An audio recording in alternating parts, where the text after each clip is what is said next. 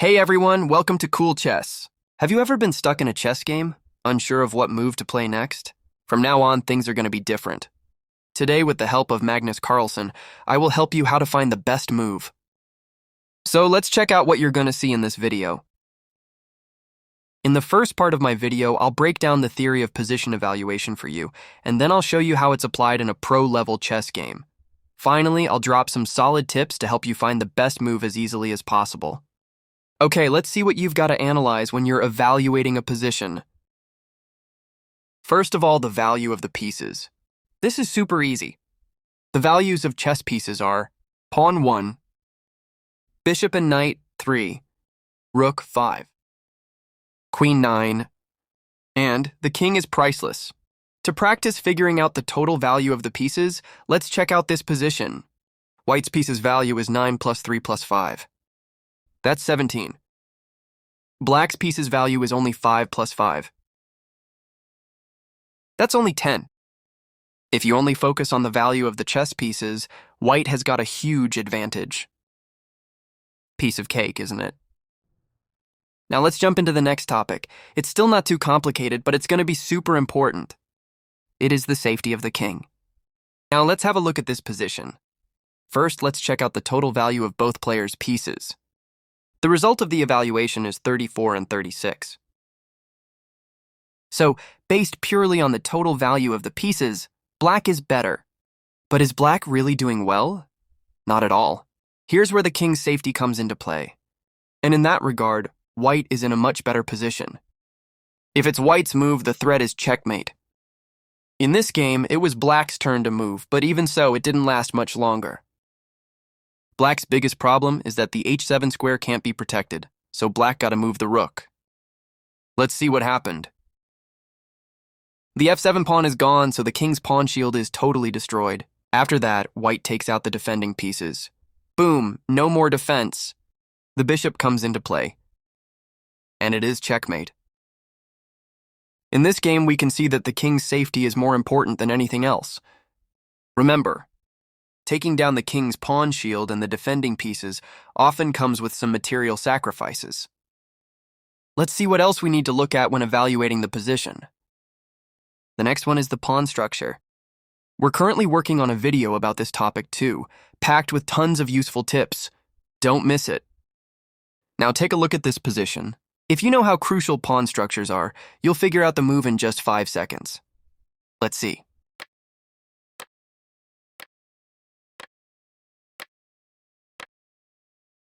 The move is f6 pawn sacrifice. I hope you found it. To really understand this move, let's compare the position before and after the move. Let's focus on Black's position. In this position, Black's pawn structure is solid. No isolated pawns, no weak pawns, everything's okay. The king's also safe, protected by an untouched pawn shield. Now let's see what's up after the pawn sacrifice. The once solid pawn structure is now wrecked. There's an isolated doubled pawn on a half-open file. It's not going to be easy to defend them in the long run. But here's the bigger issue. That beautiful pawn shield protecting the king is over. Tough times ahead for Black. Now let's see White's position. Not only are we causing Black some serious headaches, but we've also activated our bishop and rook. Anyone would make that trade for just one pawn. It's totally worth it. Okay, you are doing great job. We've made it to the final factor to check. Let's see what the last one is. The last one is none other than piece activity. Now, take a look at this position. First, let's check out the total value of the pieces. It's 17 for White and 17 for Black too. But this is everything except a draw, because there is a huge difference between the activity of the pieces. It's weird, but we can notice that a chess game sometimes feels a lot like real life. Battles are usually won by the side with better weapons. But having good weapons isn't enough. You've got to know how to use them. The value of the chess pieces represents the quality of your weapons, and your ability to use them is the activity of your pieces. But what makes a piece active? Listen up, because this is the key part. The more squares a piece can control, the more active it is. So always place your pieces in a way that they control as many squares as possible. Now let's go back to this position and compare how active each piece is. First, let's compare the knights. The white knight is posted in the center of the board and controls no fewer than 8 squares. On the other side, the black knight is hiding in the corner and only controls 2 squares.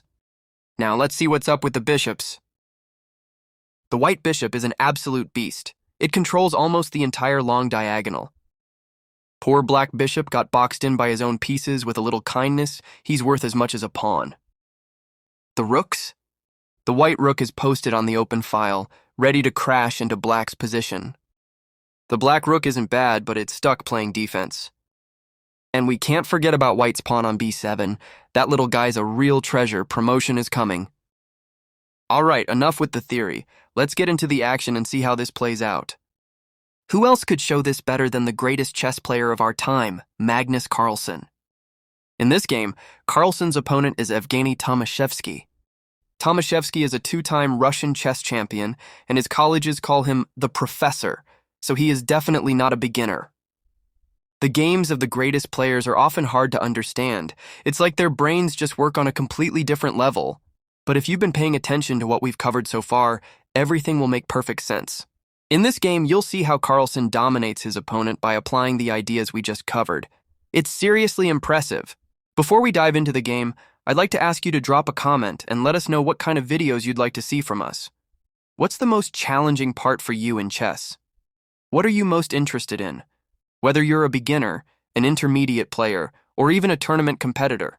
Our goal is to help you understand chess even more. Now let's see the game. The opening is called London System, which is usually not a bloody fight in the beginning. It is rather about building a solid center and developing the pieces. Both sides try to develop their pieces to active squares. And now, we arrive to the first critical position. Black wants to neutralize white's bishop on f4, and is willing to move their bishop a second time in the opening to make it happen. At first glance, it looks like the black bishop is threatening taking white's bishop, because you can only recapture it with the pawn, which messes up your pawn structure. And let's see what Carlsen is doing. He doesn't mind it, he is just developing. But why? Hasn't the best chess player in the world heard that doubled pawns weaken your pawn structure? Of course he has. But as you could see, pawn structure is not the only thing you need to consider when evaluating a position. Let's see how Tomaszewski is reacting. He is not taking on f4, but why? Let's have a look at the position if the black bishop takes the f4 bishop. So we now have a doubled pawn, which is usually bad, but not now, because this double pawn is right in the center, which is actually a great spot to have it. It controls the super important e5 square, which is like a prime spot for our knight to dominate the board. Not only does our knight get a sweet position, but with the e file opening up, our rook also gets activated and ready to join the action. Another key point is that pushing the pawn to f5 is also in the air. If black tries to stop it with g6, their king's position will end up full of holes like Swiss cheese. And now let's evaluate the changes in the position based on the concepts we've covered. A double pawn has formed, which weakened the pawn structure a bit, but on the bright side, our pieces have become more active. That's the thing. You gotta give something to get something. If your opponents are playing solid chess, they won't just let you improve your position for free. You'll have to offer something in return to make progress. So, Tomaszewski had a good reason for deciding not to take the bishop. All right, let's go back to the game. After knight e7, Carlsen played rook d1. It's good to put the rook to the black queen's file. Black sent his knight to the king side. And now we have to do something with our bishop. Now comes something simple and superb. What? What on earth is superb in 2 exchanges? Okay, one more move and we will see. Taking the knight on g6 with your active bishop is not an easy decision, but this position was in Carlsen's mind. And now let's have a look at our list. How did the position change? First of all, you have to know that position evaluation is not only about you, it's about your opponent too. If your opponent's piece goes passive, it actually boosts the activity of your pieces relative to theirs. And that's great. Thanks to the exchanges, white's king has become more secure compared to black's. Our pawn structure have become better because black's got a doubled pawn. And our pieces have become more active since the bishop on b7 is very passive. Okay, let's continue analyzing the game. The next move was g5. That's a logical move because black wants to stop white from gaining space with f4, but actually it wasn't a good idea. Black made a mistake. With the g5 move, he didn't actually stop anything, because f4 is coming. And after g takes f4, white has a shocking surprise in store for black. Let's be honest, who wouldn't take that pawn in this position in a heartbeat? Well, Magnus wouldn't. Rook to f1. Fantastic move. In the game, black played knight d7. Let's see what's the move for f takes e3. Okay, how about we dive into a little challenge? Let's see if you can find it in 5 seconds.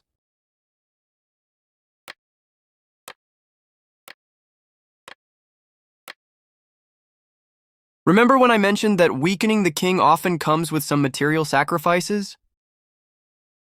Bang! I've told you. And things are looking terrible for black.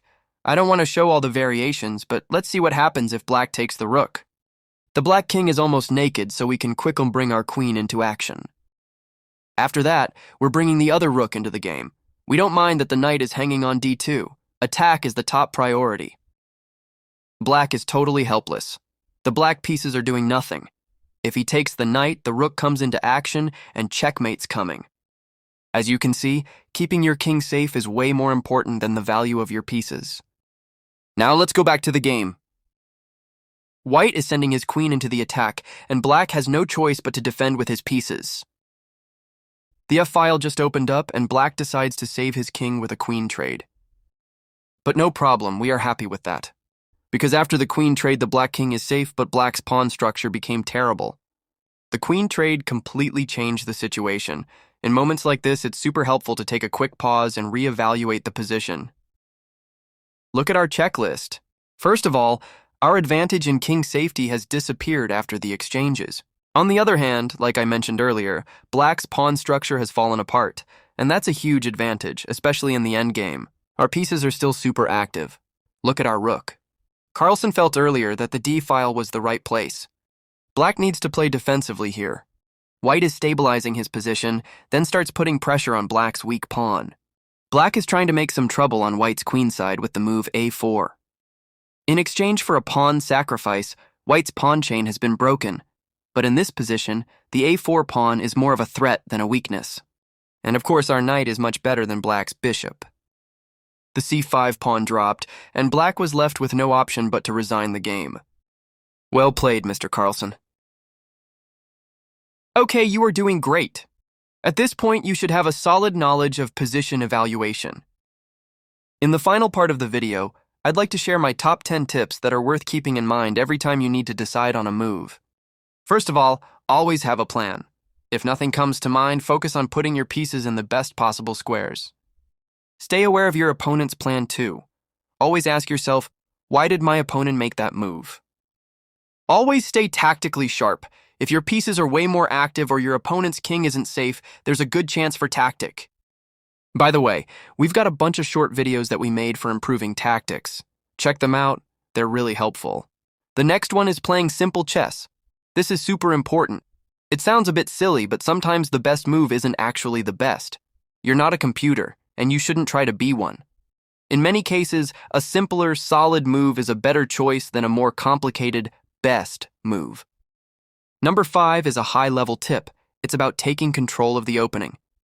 First of all, try to be the one who chooses the opening. This is pretty tough. You'll need a solid amount of experience to make it happen. Don't play silly things, but you don't always have to play the best opening. The point is, you have to have more experience with the position than your opponent have. It's cool if you know some tricky openings. You can find some opening traps in my short videos too, but beyond a certain level, it's not worth relying on tricks. The next one is psychology.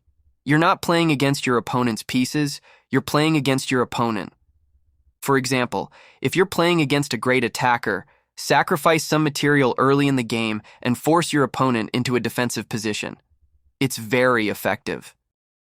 Number 7 is about endgame. Imagine what your position would look like in the endgame. Who would benefit from a queen exchange? Who would have the upper hand in a pawn endgame? Thinking about this can also help you plan your strategy better. Number 8 is swapping your pieces wisely. This one might connect a bit to the previous point, but it's even more about piece activity. In theory, a bishop or a knight might be worth the same, but in practice, not always. Think of Carlsen's game. A good swap of minor piece can improve your position. Believe it or not, pawn moves are way more important than you think. Always think twice before moving a pawn. Pawns define the structure of the game, and they're the only pieces you can't move backward with. Last but not least, save your time and energy.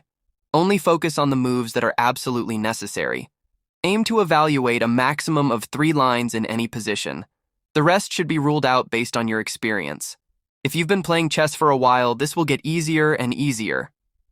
Alright, here are my tips for you. Use them wisely.